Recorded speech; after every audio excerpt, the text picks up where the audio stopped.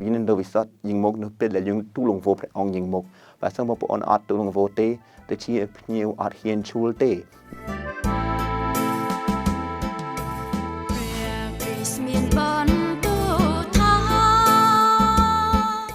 Sôm cô rộp chôm lập xô một bộ on tăng ọt nia ngày ní ngày bị xe tăng pi bộ mặt ngày còn lồng mốc nhưng ban cô rộp priti predit piti bôn prege su lang tự than bồ một số prokop đòi sê rồng rương hai rồi về bram buôn ngày nhưng miên novina mà yang cứ bram buôn ngày là dương antithan ở chụp cho tiếng tu lồng vô previnin do vi sót xôm nhưng mốc bom plus chạy cầm nợ bộ dương bộ mặt ngày tiết dương cô rộp ngày bốn ao là previnin do vi sót sân thức lưới krom Christus nấu bền lô krom Christus cùng bung pruy bảo mình tên đại sa pre du lang từ tham bồ một sóc krom Christus tàu tiệt bộ kia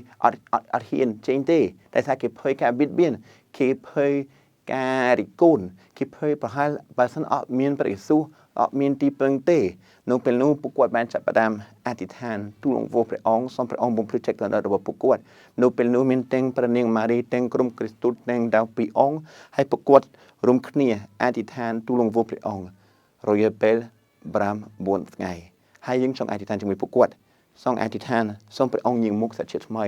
នៅប្រទេសខ្មែរយើងម្យ៉ាងយើងត្រូវតែទទួលព្រះវិញ្ញាណដ៏វិសុទ្ធឲ្យយើងមានចិត្តក្លាហានឲ្យយើងមានចិត្តចេះជួលចំពោះដំណឹងល្អឲ្យយើងហ៊ាន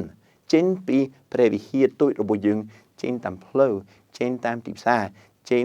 នៅកន្លែងដែលយើងធ្លាប់មានការងារធ្វើការដើម្បីប្រកាសដំណឹងល្អដើម្បីបង្ហាញពីរាស្មីនៃសេរីរុងរឿងរបស់ព្រះជាម្ចាស់នៅពេលដែលយើងឃើញសេរីរុងរឿងរបស់ព្រះអង្គនៅពេលដែលយើងមានជំនឿនៅពេលដែលយើងដឹងថាព្រះអង្គឡើងថាស្ថានបរមសុខហើយព្រះអង្គកំពុងត្រៀមខ្លួនឯងមួយសម្រាប់យើងនៅស្ថានលើត្រូវតែត្រៀមខ្លួនឲ្យចែករំលែកដំណឹងល្អមួយនេះជាមួយមនុស្សទាំងអស់ដែលកំពុងរស់នៅទៅជានៅឋាននរកដែលសារគ្មានក្តីសង្ឃឹមគ្មានក្តីស្រឡាញ់គ្មានមិត្តភ័ក្តិគ្មានទីពឹងអស់ចាស់មែនតើដែលយើងមានព្រះយេស៊ូវគ្រីស្ទដែលណែនាំផ្លូវដែលបែកផ្លូវឲ្យបានទូលំទូលាយឲ្យមកហាត់ជូនអាចជួលទៅឋានបរមសុខដែលសារព្រះយេស៊ូវគ្រីស្ទតែមួយព្រះអង្គពុទ្ធដែលជាព្រះសង្គ្រោះរបស់យើងបងប្អូនព្រះវិញ្ញាណដ៏វិសុទ្ធยิงមកនៅពេលដែលយើងទូលងវព្រះអង្គยิงមកបើសិនបងប្អូនអត់ទូលងវទេទៅជាភ្ញៀវអត់ហ៊ានជួលទេយើងត្រូវតែសូមឲ្យព្រះវិញ្ញាណដ៏វិសុទ្ធยิงមកក្នុងផ្ទះរបស់យើងក្នុងដួងចិត្តរបស់យើងក្នុងចម្រៅចិត្តរបស់យើងដើម្បីជំរាបចិត្តគំនិតរបស់យើងឲ្យយើងកើតជាថ្មីប្រហែលថ្ងៃ4ព្រះវិញ្ញាណដ៏វិសុទ្ធยิงមកនោះអាទិត្យក្រោយមានមនុស្សខ្លះនឹងទទួលអក្ខសញ្ញាលៀបថ្ងាសដែលជាសន្យាដែលបង្ហាញថាយើងខ្លាយទៅជាទ្រព្យសម្បត្តិរបស់ព្រះវិញ្ញាណដ៏វិសុទ្ធយើងខ្លាយទៅជាមនុស្សដែលជាមានគោលដៅមានវិស្នាមានការត្រហៅខ្លាយទៅជាបុត្រធីតារបស់ព្រះជាម្ចាស់នៅស្ថានបរមសុខអស់កាលជាអង្វែងតរៀងទៅជួយយើងអធិដ្ឋានសម្រាប់បេក្ខជនទាំងប្រមាណ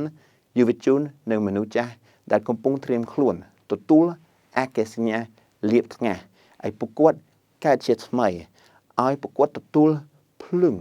ដែលជាបំភ្លឺជីវិតរបស់យើងនៅពេលដែលព្រះវិញ្ញាណដ៏វិសុទ្ធយាងមកក្នុងជីវិតរបស់យើងសូមព្រះជាម្ចាស់ប្រទានព្រះពរឲ្យយើងទទួលព្រះវិញ្ញាណដ៏វិសុទ្ធនិងកើតជាថ្មីក្នុងព្រះនាមព្រះបិតានិងព្រះបុត្រានិងព្រះវិញ្ញាណដ៏វិសុទ្ធអាមែនរីករាយថ្ងៃទៀតបងប្អូនទាំងអស់គ្នាជួបគ្នាពេលក្រោយ